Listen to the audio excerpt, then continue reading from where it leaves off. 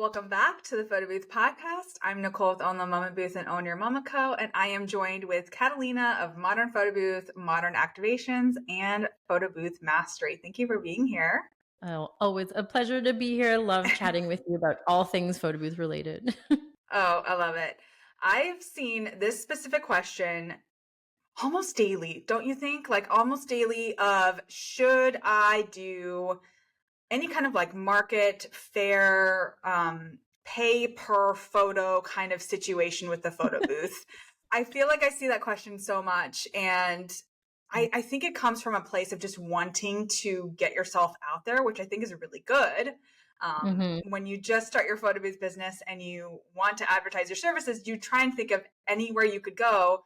And maybe this is even something that was pitched to you by a charity, or you see something show up where it's like, hey, we have a booth here. You can rent a spot and then charge per photo.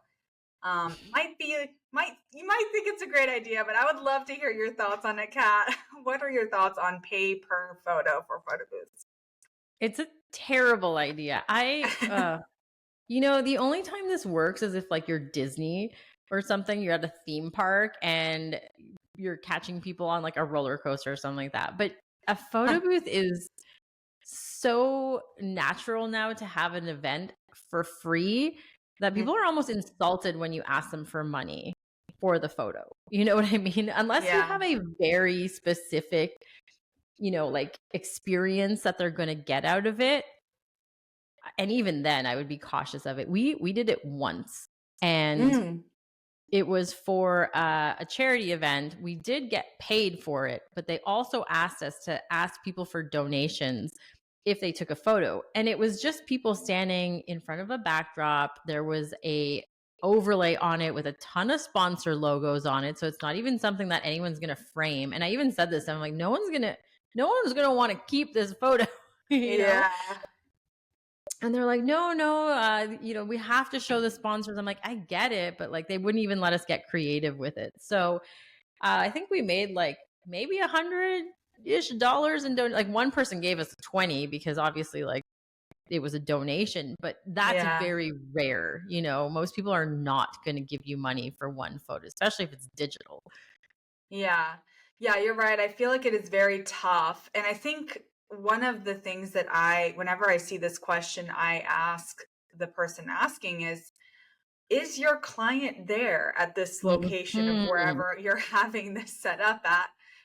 Because odds are probably not. Like if you're just at like a, like a farmer's market or something like that, like the odds of your ideal client that's going to pay however much your actual rental is going to be there is slim, So is all of that effort and energy, like value of what you're doing, the time that you're spending, worth it? No, that's a great thing to ask yourself, because especially at something like a fair, maybe if you do like mostly birthday parties for kids or something like that, then sure, you would be able to do something like that, maybe collect a few emails, but it's a shot in the dark. You don't really know who's going there. So making sure that you're aligning with the right event is very important. And in that case, if your client is there, you might as well be sponsoring the event anyways, right? I mean, ideal is to get paid full price, but if it's of real value to you, then you should consider sponsoring it. We just did a sponsorship, 2 weeks ago for an event. And I don't know if you were following this, but someone had told me that it wasn't going to potentially be a very good event for us. We got so many leads. We were dying. We didn't even have a chance to like pack up and drive home. And we were getting requests for events and like 3-4 day long things. And the week after, we ended up getting like 27 leads. Not all of them were from that, but a huge chunk of them were. We were literally dying. Like I had to step in and do quotes. And so when you get it right, it's really good. The return on investment is really, really good. So can you clarify, like what do you mean by get it right? Like what would you say is an ideal scenario then? So we try to do a sponsorship event at least once a month. So we'll do 12 a year. Sometimes we'll do 2 in 1 month, depends on how busy we are or what the season's like or what the event is, right? And depending on what we're trying to target, we will, or if we're trying to break into a new market, let's say. So for example, this last event we did was all for corporate planners, corporate event planners in Canada. And so we went to this event and had we had 4 experiences that are most expensive almost. And they got to experience all of them, right? And so we had our ideal clients there. We showed them exactly what we wanted to sell them, and we got all of the leads coming in. So when you find an event that has your ideal client in it, you need to make sure that you tailor your experience to be totally different. Because I will tell you, there was another vendor doing the exact same style of one of our photo booths. And every single person and I knew they were going to be there. So I said, well, for their sake too, I'm like, I'm going to do something that's different because I don't want to be the same as them. And so we did something a little bit different. And the only thing that we did different was change the paper that we used. There you go. And well, I mean, the machines we use are different too. And obviously like the quality was different, but people actually mentioned that to us. They're like, we did the other one and we like this one. You know, we obviously got some people that were like, oh, we like that one better or for whatever reason. But the majority of people really enjoyed ours and we got a lot of requests for that one. So again, just tailoring that experience, making sure you're standing out. There's going to be times when you do these sponsorship events or you do a trade show or something and there's other photo booths, you need to stand out. You need to be the bright shining star, you know, at the end of the hallway that people are attracted to be able to maximize these things. But it is so important to know who's going to be there and whether or not you are the right fit.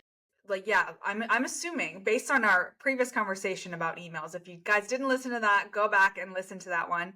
But we talked about email collection. I'm assuming when you're doing these kinds of sponsored events, you are like priority is collecting emails, right? 110%. Yeah. We do not let them use the photo booth without giving us their email address one way or another, you know? So yeah, I have a huge list of people who used our photo booth. And a lot of times people will ask me, well, like, oh, well, the show gives me the emails. Okay, that's great. But did all of those people come to your booth? Because if not, then you're just really cold emailing people, right? Whereas if they came to your photo booth, you can talk to that experience. You can put photos, be like, hey, thanks so much for visiting us at this booth. Take a picture of your booth so they remember who you are. Hope you loved your experience, you know, blah, blah, blah. Here's our packages. Do you have an event? Let me know if we can talk, have a call to action at the end of it, right? You can have an email that goes out automatically and then you can do your follow-up emails after. So smart. How about, you know, we talked about you kind of sponsoring the event and doing it for free, quote unquote. But what about it like getting someone else to sponsor the photo booth? Yes. So that's really great for charity events, right? Yeah. This is a great way that you can position yourself as an asset to a charity event and give them a package that you say, okay, this package is, I'm going to say $1,000, right? For 3 hours for the photo booth. You can then sell it to your client for an extra, let's say $500, right? The charity makes $500. You make your $1,000 and the sponsor that paid for it gets their logo all over your photo booth. It's win-win-win across the board. And now you don't have to do pay per print. Your charity makes their money, you make your money, and your sponsor is happy. Yeah. I've done that a couple times for Chamber of Commerce events. And now, that's what they do. They don't even ask. So they started with asking if I would do it for free. And then I mentioned to them the option of like, hey, if you can get a sponsor, like we can put it all over the photo booth. And it's not even on me. Like that's something I want to mention too. It's like, it's not on me to reach out and like get a sponsor. Like they will go and collect the sponsor. They already have people on their list that they're reaching out to for donations and stuff. So they handle all of it. You get paid and you get to be part of the event. It's a really great win-win all around. Yeah. And a lot of people will easily sponsor the photo booth because they're familiar with that. But like, imagine if you're spending $5,000 to have your logo on like the main stage versus having your logo on every single photo that people take. or in the Yeah. email or in the text message or whatever it Yep. is. Like, it's everywhere. That to me is way more valuable than a logo on the main stage. 100%. And like I heard it's positioned this one time as a photo on a fridge is like a mini billboard inside everyone's home. Like how much Mhm. value is that? Like to put a little billboard in someone's house? Like that's insane. I It's know. amazing. I Yeah. love seeing people's photo booth photos on their wall, on their fridge, in their office. Like, it makes me so happy, especially when it's from my photo booth. Yes, I love it. Yeah, so to wrap this up a little bit, something to consider if you are ever thinking about doing some sort of marketplace or it's pitched to you to come and set up a booth, even at a networking event, anything like that, consider, is your ideal client there? The cost, will there be a return on the investment? Is there a different way that you can approach it? Like, can you sponsor it or get a sponsor? And is Mhm. there anything else that you would add as a consideration for these kind of things? I just want to expand on one thing you said about the return on Yeah. investment, because a lot of people think, like, I have to do this for free.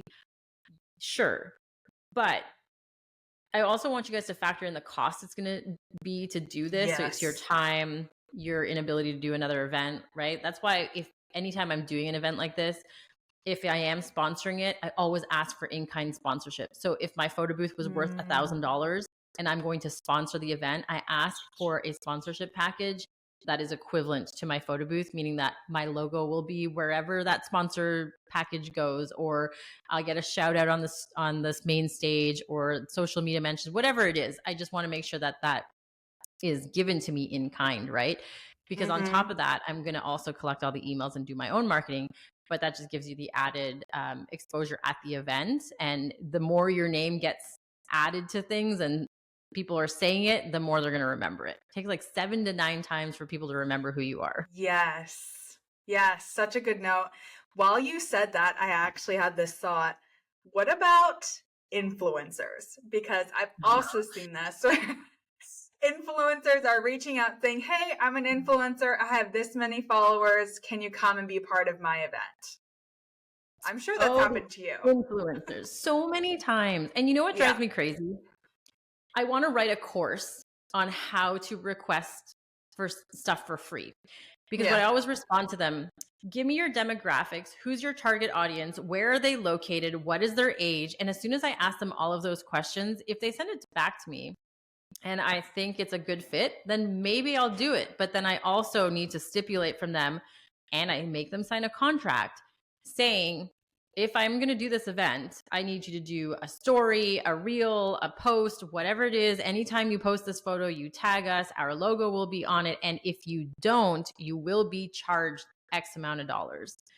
But 9 times out of 10, we never get to that point. I did it once, and they didn't post the reel, and I sent them an invoice, and the reel got made the next day. Yeah, But that's most of the amazing. time, influencers, unless again you are so niche and that person is really in your niche, like, we deal with a lot of influencers. They are at a lot of our events that we go to, since we do a lot of brand experience stuff. And so they follow us, we follow them. But I don't think ever once have I ever had someone be like, "Oh, I see that so and so uses you, so we decided to use you." However, when it comes to a very large brand that applies to everyone, the general population, that's when influencers really shine, right? Yeah. But unless we're super niche and they have an obsession with photo booths, I wouldn't necessarily pay for that. It rarely pays off. I've seen so many people talk about how this celebrity said they were going to Yeah. share them and all this, and it's like, great. Did any of their celebrity friends contact you after that? No, probably Yeah. not, Yeah. because they're So not even true. the ones that plan their party. They hire someone to do it. And they have connections and vendors that they work with. Yeah, so true. Exactly. Yeah, Yep. I'd be cautious of the influencers. And one more thing that I do want to add, if you are sponsoring an event, again, following up with your leads is so important. especially if they reach out to you asking for a quote for something. A lot of times we get asked on the spot, like, hey, are you available this date or anything like that? I will email myself with their contact information and then send them a quote right away. And then we do like 7 to 9 follow-ups every time we send out a quote. And this is really important to follow up, because I can tell you, anytime our sales slow down, I go to my events team and I'm like, when was the last time you guys did follow-ups? And they usually are like, we've been too busy, right? And then they send out follow-ups and all of a sudden people are paying their bills. So follow-ups, so important. So important.